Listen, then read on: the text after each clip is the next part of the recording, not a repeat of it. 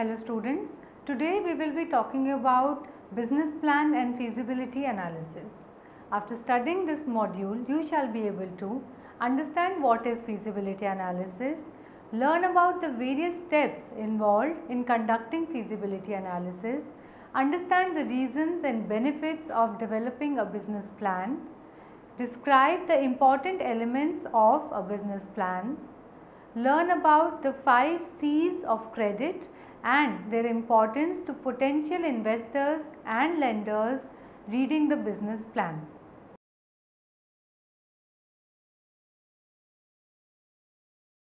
Now let's have some introduction about the two topics.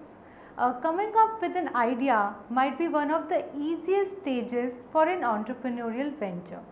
A successful business requires much more than just a great idea.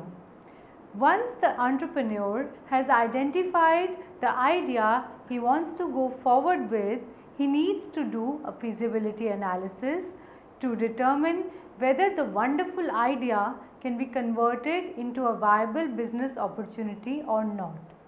If the idea does not pass the feasibility analysis, the entrepreneur should drop it and look for a new idea. In case the idea passes the feasibility analysis, the next step for the entrepreneur is to build a solid business plan for the same. Now, feasibility analysis is not the same as the business plan. Both of them play important but separate parts for a new business venture. While feasibility analysis acts more like an investigative tool to give the entrepreneur a realistic idea about the potential of his business idea under the current circumstances and also an option for an early exit for non-viable business idea. Business plan, on the other hand, is more of a planning tool for transforming the entrepreneur's idea into reality. It is a working plan describing how the idea which has passed the feasibility analysis can now be turned into a successful business venture. Now, this chapter describes how to build and use both of these vital business documents.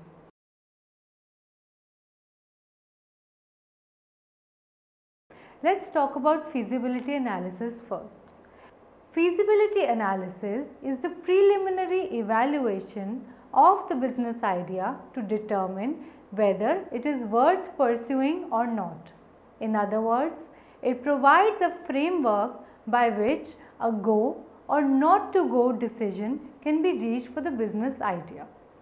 Also, a well-rounded feasibility study can act as a foundation for a full-fledged business plan.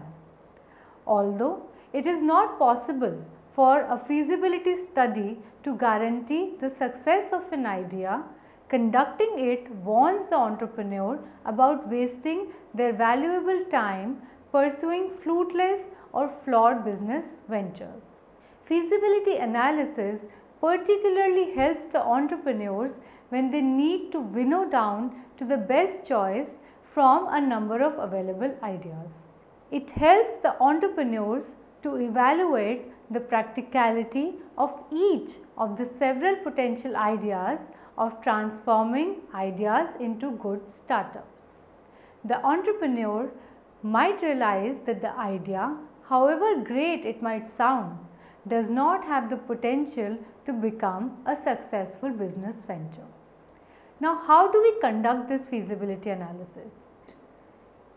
It is said that before investing any time and effort in making a full-fledged business plan, it makes sense to subject your business concept to critical evaluation at an early stage to be able to discover, address and correct any fundamental or fatal flaws.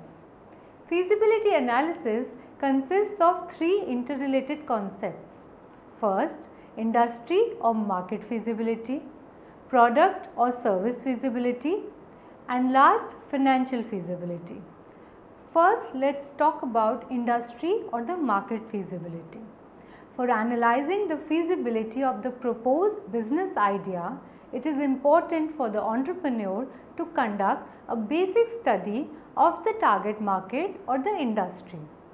Industry and market feasibility can be defined as the overall appeal of the industry or the market for the product being proposed. Here, the entrepreneur should focus on two aspects. The first, which is the industry or market attractiveness, and second, identification of a niche market. Let's talk about industry and market attractiveness first.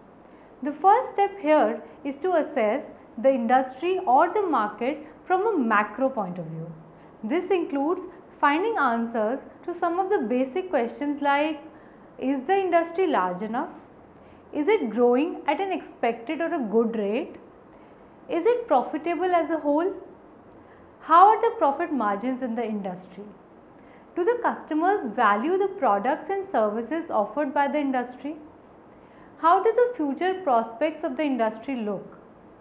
Is the industry overcrowded? Is the level of competition in the industry too intense? Or which stage is the industry in? Is it young, mature, or somewhere in between? This analysis can be done through primary as well as secondary research. Under primary research, the entrepreneur might talk to potential customers, key industry participants in order to get the industry information. Under secondary research, the researcher can probe the data already collected. The data sources can be industry related publications, competitors' websites, government statistics, and industry reports from research firms. A useful tool for analyzing an industry's attractiveness is a model developed by Michael E. Porter at Harvard Business School called the Porter's 5 Forces Model. Under the Porter's 5 Forces Model, the attractiveness of the industry and the setting in which companies compete can be assessed by analyzing how the 5 forces in the model interact with each other.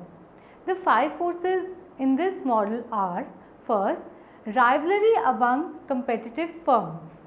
So, rivalry among the firms competing in a particular industry or the market is one of the strongest forces, and it is affected by factors like number of firms, market growth, switching costs, exit barriers, and product differentiation.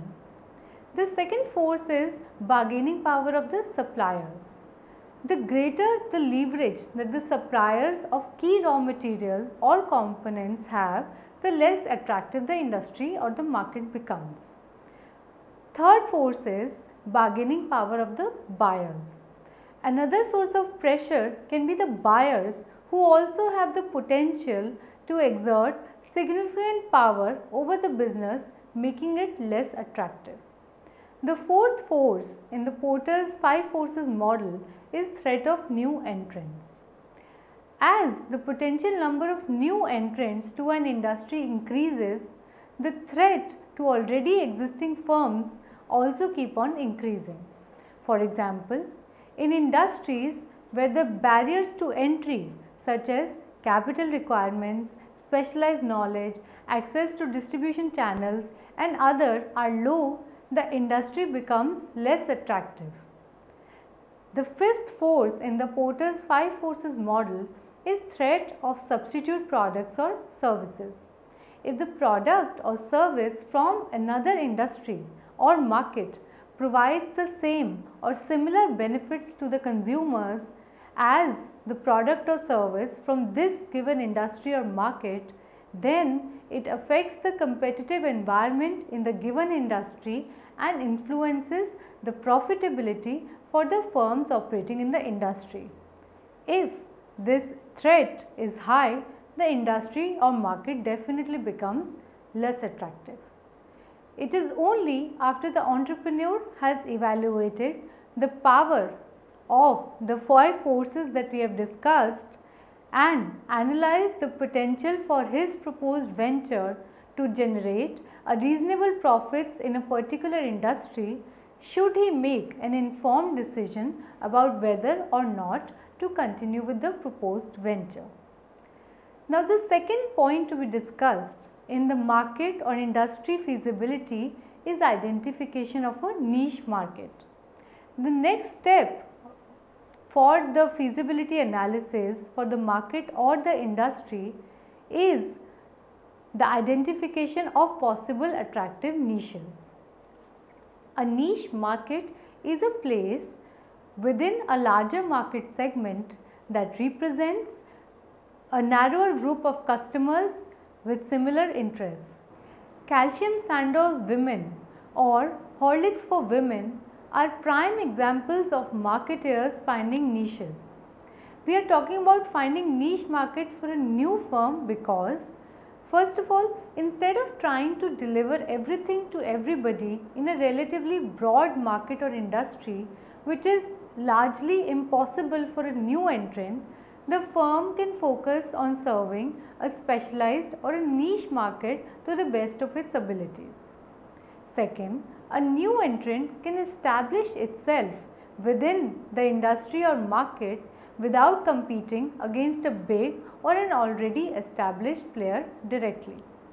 The secret to the prosperity of many small businesses in the market is sticking to niches that are too small to attract the attention of the large competitors. Entrepreneurs can also exploit the niches to their advantage, designing focus or differentiation strategies for the companies. Occupying an industry niche enables the business to shield itself to some extent from prying eyes of the big competitors. The second point in feasibility analysis is the product or service feasibility. After assessing the market or the industry, the entrepreneur needs to assess the overall appeal of the product or the service being proposed. The idea here is that the firm or the entrepreneur should be confident about the want of its product or service in the market before rushing it into the development stage or into the market. The determination of the degree to which a product or service idea appeals to or is wanted by the potential customers and identifies the resources necessary to produce the product or to provide the service is known as product or service feasibility analysis. The important question to be answered here is whether or not the potential customers are willing to buy our goods or services. Now, this question can be answered by two types of tests. First is the concept testing. This is a technique to gauge customers' interest or purchase intent by showing a representation of the good or service to the prospective users.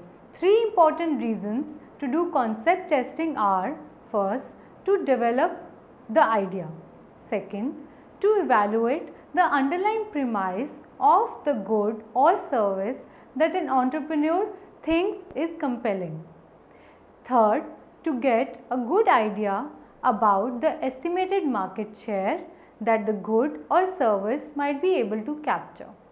Things to be included in concept testing are: first, a brief description of the good or service; second, the benefits that the users of goods or service will get; third, any unique selling proposition that the good or service might have; fourth, a brief description about the positioning of the good or service relative to similar products, if any. Next, the intended target market for the good or service. Second last, a brief description about selling and distribution techniques to be used, and in the end, information about the company or the founder of the firm. The second testing that the entrepreneur needs to do is usability testing. Once the product passes the concept testing stage, usually a prototype or a model of the good or service is made, and again customer feedback is sought. Even though rushing a good or service in the market might be tempting, but conducting a usability test might prove to be a good investment. Under this technique, the potential users are asked to perform certain tasks or use the prototype to measure the product's ease of use and give feedback on the user's perception of the experience. Usability test might also be called beta tests, user tests or field trials, etc., depending on the circumstances and type of the product that is in question. The prototypes used in this case might be physical or virtual. The last stage or the last feasibility analysis that we need to do is financial feasibility. A broad financial analysis is sufficient for the last component of feasibility study for a new venture. If the business venture passes the overall feasibility analysis, the entrepreneur can conduct a more thorough and detailed financial analysis while making the business plan. The financial analysis here would broadly include first the initial capital requirement, that is, first and foremost the entrepreneur needs to estimate how much money will be needed to start the business, that is, to buy capital equipment like machinery, building, technology, hire and train employees, make the product, promote it and sell it in the market, etc. A good estimate of all this should be provided by the feasibility study. The entrepreneur should not make the mistake of underestimating the costs. Next, the entrepreneur needs to discuss the estimated earnings and overall attractiveness of the investment. After estimating the initial cash requirement, the entrepreneur also needs to forecast the earning potential of the proposed idea, that is, a very small or very simple measure of calculating the rate of return on capital invested is by dividing the estimated earnings by the capital invested. A venture should fetch a good return on the capital invested for it to be continued by the entrepreneur. The entrepreneur should also see how easy it is to exit the business in case it fails. The next aspect about the financial feasibility is financial performance of a similar business if there is any. The entrepreneur should also analyze the financial performance of similar already established business to estimate the financial performance of the proposed business. This can be done by going through various research reports which offer reports on many individual firms as well as detailed industry or trend analysis. Not caring about the outcome, a wise entrepreneur subjects his business idea to the feasibility study and also takes the hint from the results whether or not to continue with the proposed business idea. If the results are not favorable, the entrepreneur should drop the idea or revise it to make it a feasible one. If the results show that the idea has the potential to be a profitable business, the entrepreneur should pursue it and use the information gathered during the feasibility analysis as the foundation and move on to making a detailed and thorough business plan.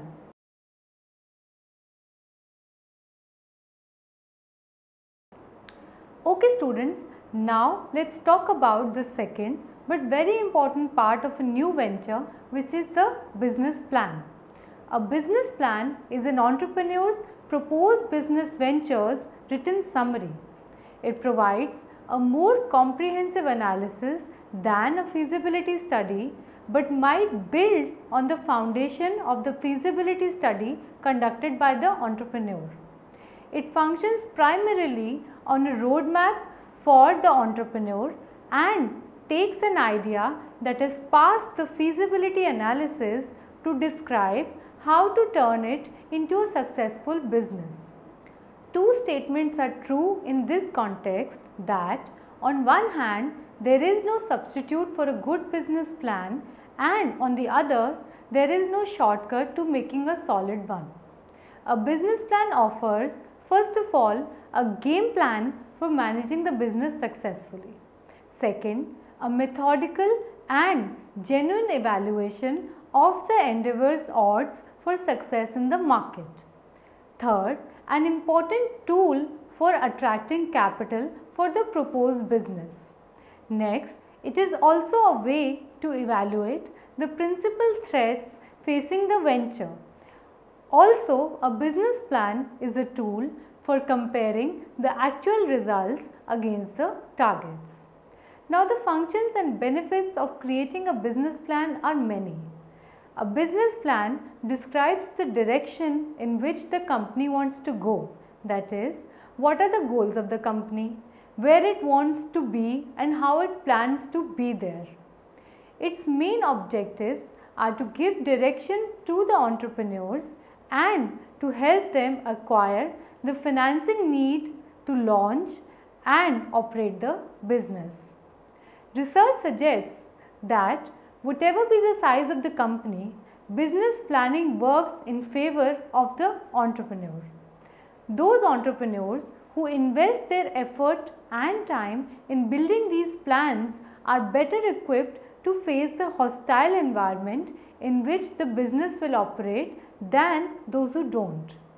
The main functions of the business plan include: it helps in strategy formulation and charting the future course of action. Also, it helps to attract key employees for the business. It motivates and gives a sense of direction to the manager as well as the employees by providing the broad objectives and the goals of the firm, financial and business forecasts, budgets, target markets, etc. A business plan also helps to determine the target and the benchmarks to compare the actual performance of the business with.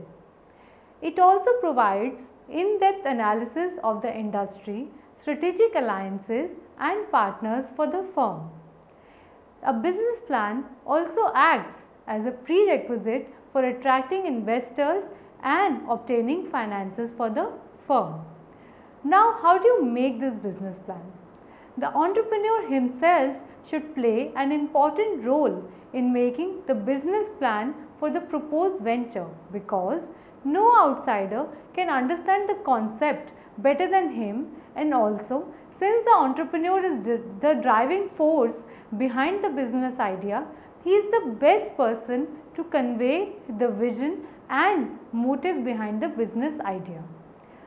Also, making the business plan will give him the opportunity to carefully analyze and look for his idea in a harsh light of reality. To be able to get adequate financing from the investors, the business plan must pass 3 tests. First is the reality test. Here we are proving that the market for the potential good or service does exist and the potential firm has the capability to offer it with the limited resources it has. The second test is the competitive test.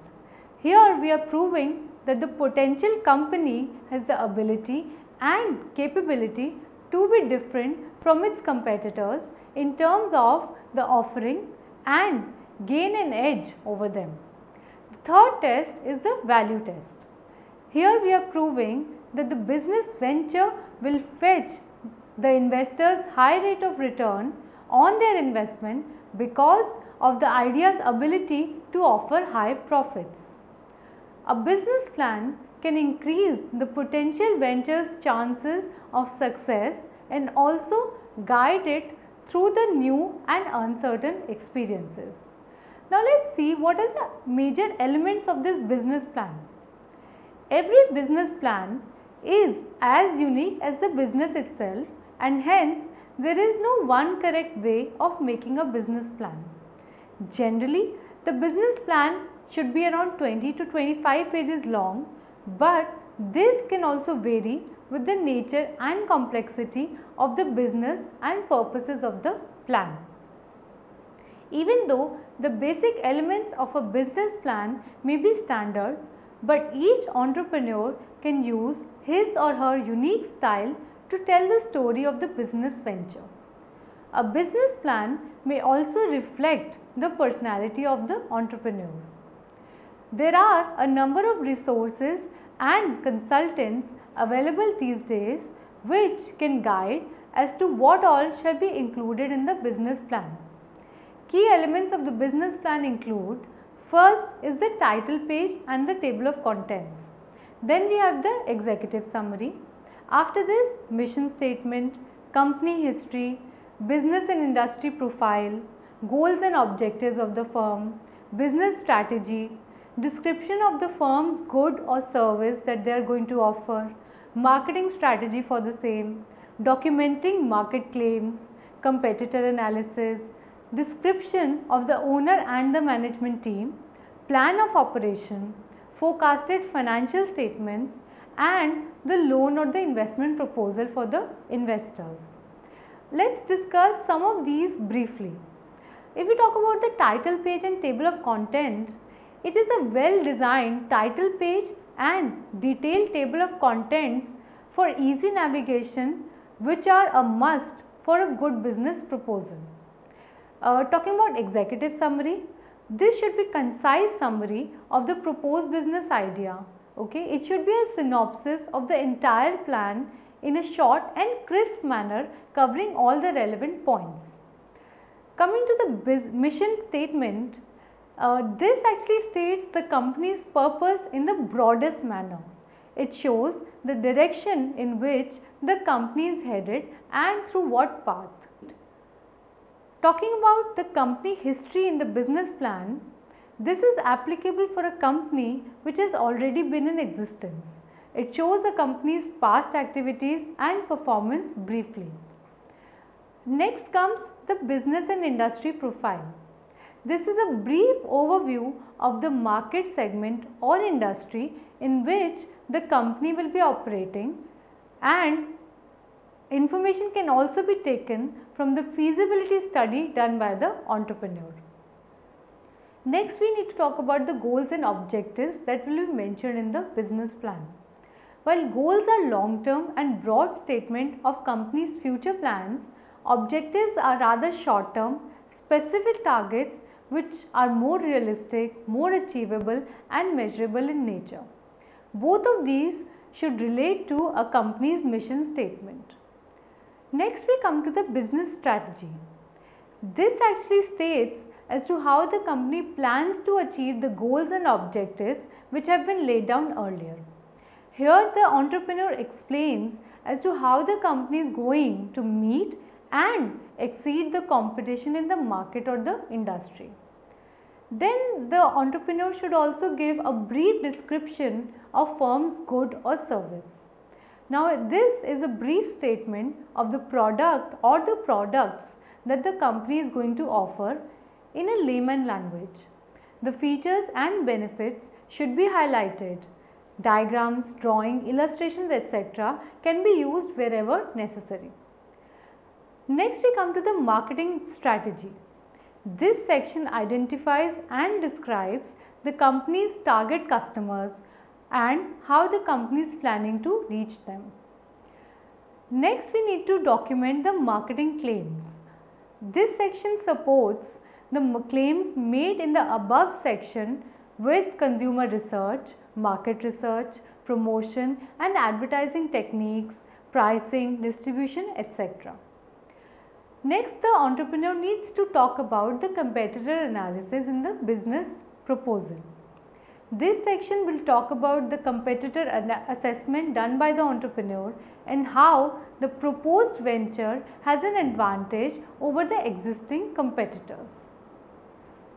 Next, the owner needs to talk about the description of the owner himself and the management team that he has. This section gives the resumes of the owner, directors and key management personnel to be able to convince the investors that their money is going into the right hands. Next, we need to talk about the plan of operation. This is a brief description of the type of organization, organizational chart and how the company is planning to use its material and human resources which have been given in the business proposal. Any leases, contracts or any other important agreement relating to the operation of the organization should also be given. Next, the entrepreneur needs to give the forecasted financial statements. This section highlights the financing aspect of the business idea along with the projected or the pro forma financial statements for the next 5 to 6 years. Statements like projected cash flows, income statement, balance sheet, etc. along with break-even and ratio analysis should be included.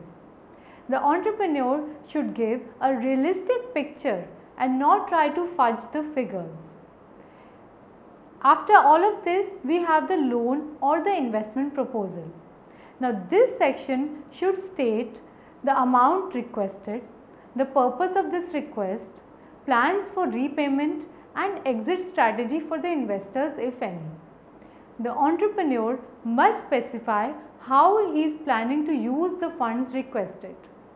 In addition to all of these, let's have some basic tips on preparing the business plan that can help to create a more cohesive and impressive overall plan and also save time. First tip that I can give you is to have a cover with the company's name and logo. Second, we should definitely check for spellings and grammar errors. Third, we should create a visual appeal. Fourth, we should make it interesting and compelling. Fifth, demonstrate its profit potential. Sixth, use spreadsheets wherever necessary. 7. Include cash flow projections. 8. Tell the truth always. 9. Keep it concise and crisp. Now, let's see what the lenders are looking for in the business plan. In the process of processing a loan or credit application, lenders like banks, financial institutions, etc. try to evaluate the 5 C's of credit.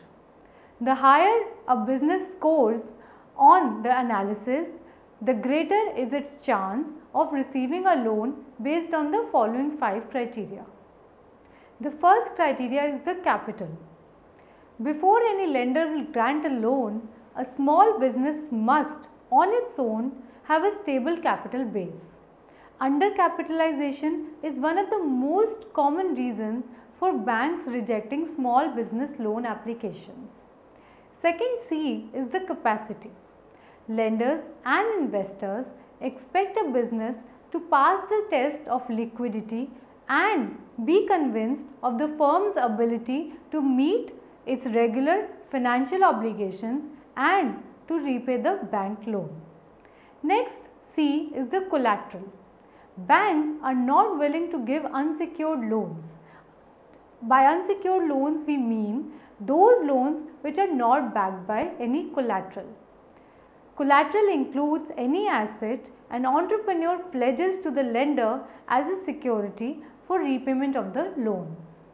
Next C or the fourth C is character. Banks try to evaluate the character of the entrepreneurs on the basis of intangible factors such as honesty, intelligence, competence, ability and determination, and extend loans only to those entrepreneurs whom they deem fit. The last and the final C is the conditions. The conditions surrounding the loan request like potential of the venture, competition, loan purpose, overall economic scenario also affect the owner's chance of receiving funds. The greater the score that a small business gets on the basis of these 5 C's, the higher is the probability that a small business will receive the loan. A solid business plan is essential for raising the finance for a new business because the lenders and investors demand it, and also it serves as a compass to help guide the business as it travels into an uncertain future. But again, this is just one step along the path of starting a new business.